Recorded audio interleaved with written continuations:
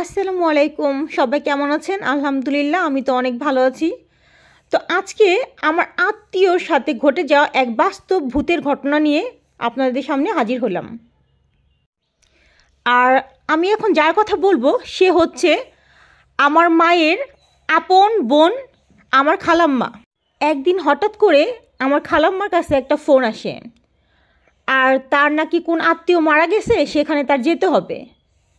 তো এমনিতেই আমার হচ্ছে খালাম্মার বাসায় কোনো মানুষজন নাই, সে থাকে আর তার ছেলের বউ আর ছোট্ট একটা বাচ্চা থাকে। তো এখন কি করবে, আত্মীয় মারা গেছে, ওখানে না গেলে তো তার হবেই না, এটা না গেলে খারাপ শোনা যায়। তো সে তার ছেলের বউকে খুব সাবধানে থাকতে বলে সে চলে গেল। যাওয়ার পরে ওইখান দিয়ে অনেক রাত হয়ে গেছে, কারণ মৃত বাড়ির থেকে সহজে আসা যায় না, এটা আপনারা সবাই জানেন। আর তার ছেলের বউদিকে তার জন্য অপেক্ষা করতেছিল, কখন তার শাশুড়ি বাড়ি আসবে, কখন বাড়ি আসবে, রান্না করবে। কারণ দেশগ্রামে এমনি সন্ধ্যা হলে মানুষের দরজা আটকিয়ে থাকে, অনেকে বের হয় না, গা সমসম করে, ভয় লাগে।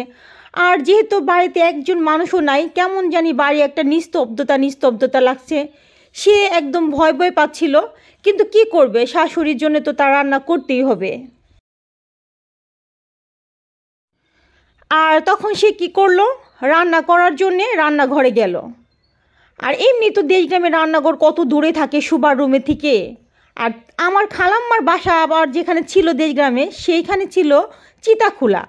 আর চিতাখোলার ওখানে সন্ধ্যা হলে মানুষ আর ওই রাস্তা দিয়ে পার হতো না। কিন্তু আমার হচ্ছে খালাম্মার হচ্ছে ছেলের বউ ওই চিতাখোলার কথা মনে করে সে ভয়ে ভয়ে কাজ করতেছিল। সে যখন টিউবওয়েল থেকে পানি আনতে গেল, তখন হঠাৎ করে পিছন থেকে কে যেন একজন বলে উঠল যে, আমি আসি, তুই ভয় পাস না। তো আমার খালাম্মার হচ্ছে ছেলের বউ ভাবলো যে হয়তো বা আমার শাশুড়ি এই কথাটা বলছে, আর কণ্ঠটা ঠিক সেম আমার খালাম্মার মতোই ছিল। তো তখন সে কি করলো, পিছন দিকে তাকালো, পিছন দিকে তাকিয়ে দেখলো যে তার শাশুড়ি সত্যিই কিনা।